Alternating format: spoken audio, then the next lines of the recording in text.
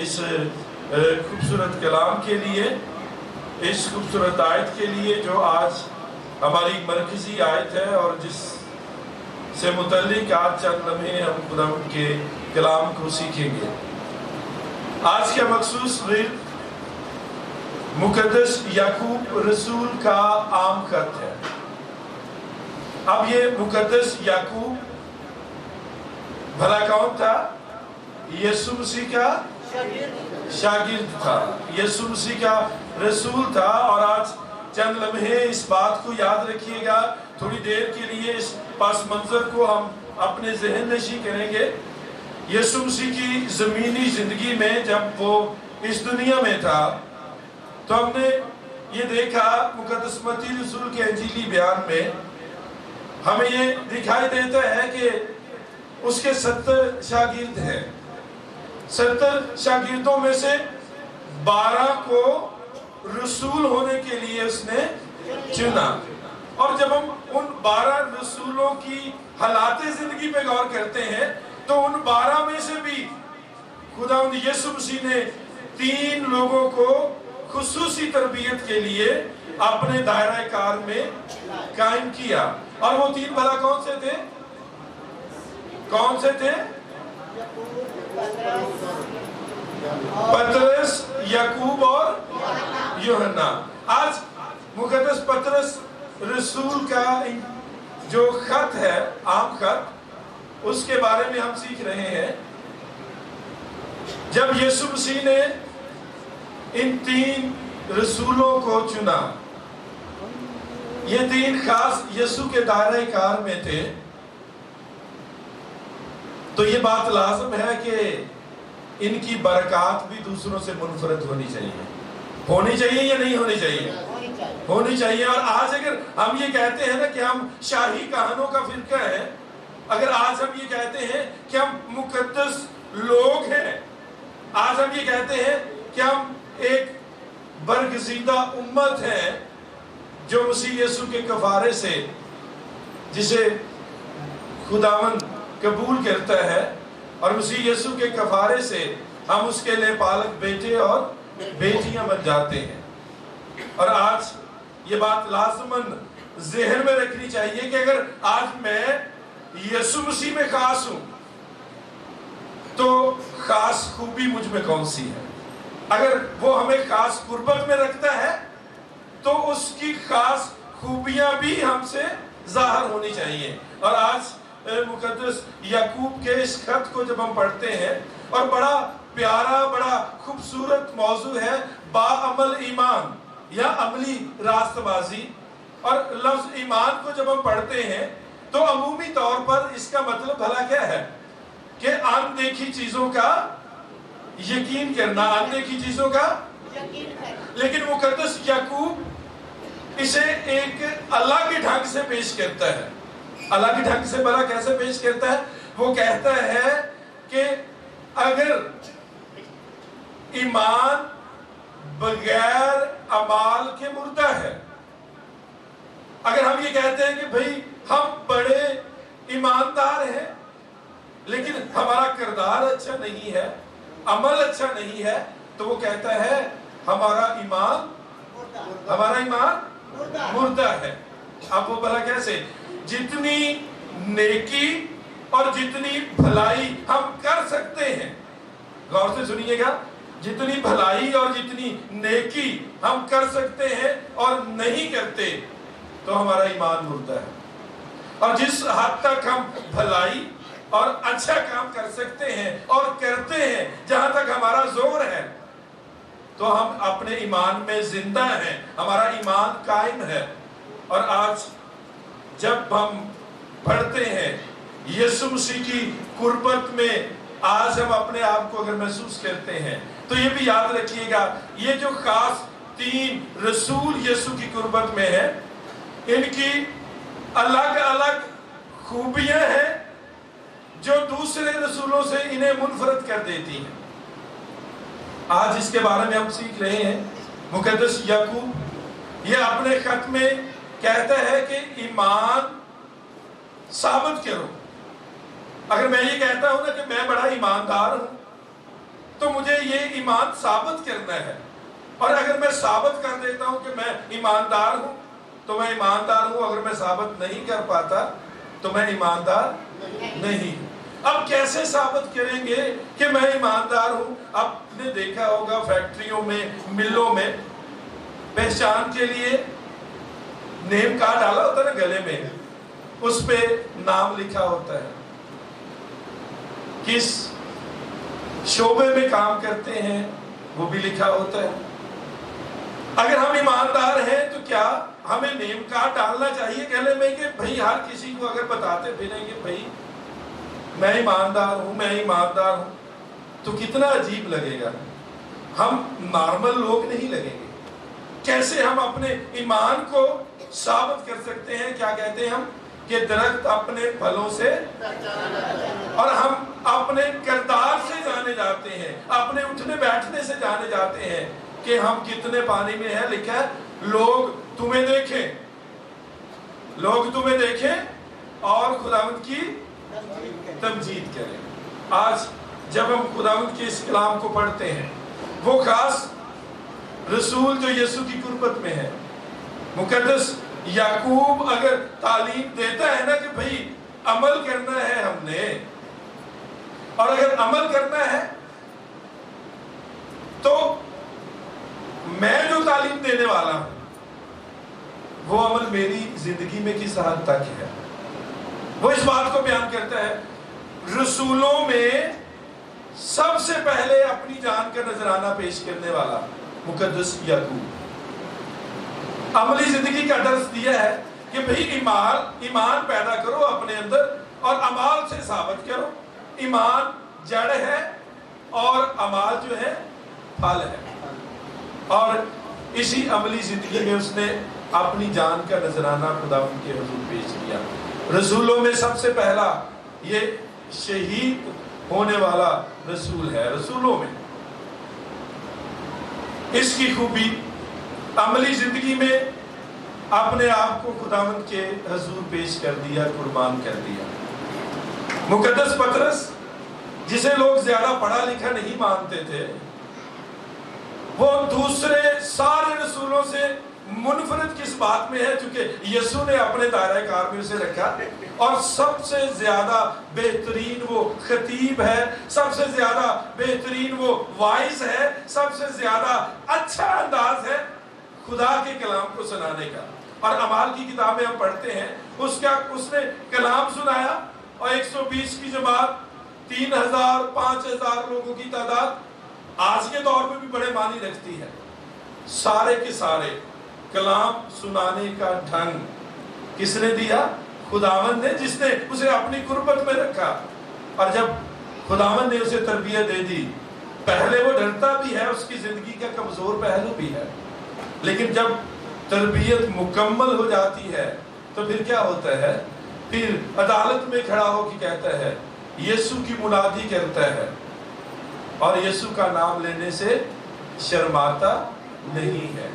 اور آج چند لمحے ان خاص رسولوں کے جو خطوط ہے یکے بعد دیگرے، پہلے یعقوب کا ایک خط ہے، پھر مقدس پطرس کے 2 خط ہیں، اور پھر 3 خطوط ہیں مقدس یوحنا رسول کے۔ اب تینوں خاص ہیں لیکن ان کے خطوط عام ہیں، تینوں خاص ہیں لیکن ان کے خطوط کسی ایک علاقے کے لیے مخصوص نہیں ہے، پوری کلیسیا کے لیے ہے۔ اور بالخصوص جو یعقوب کا خط ہے، یہ ان مسیحی لوگوں کو پیش کرتا ہے جو اسرائیلی ہیں اور جنہوں نے یسوع مسیح کو اپنا شخصی نجات دہندہ قبول کیا ہے، اور وہ جو جا بجا رہتے ہیں۔ یہ پہلے باب کی پہلی چند آیات میں ہمیں ذکر ملے گا۔ اب یہ وہ دور ہے، یعقوب کا خط جب لکھا گیا، یعقوب کا خط ہو یا پطرس کے خطوط ہو یا مقدس یوحنا کے خطوط ہو، ان میں ایک بات جو تینوں میں مرکزی ہے وہ کیا ہے؟ آج کے دور میں ہمیں ہو سکتا ہے تھوڑی عجیب لگے، حقیقت اپنی زندگی کا وہ تجربہ کیسے بیان کرتے ہیں۔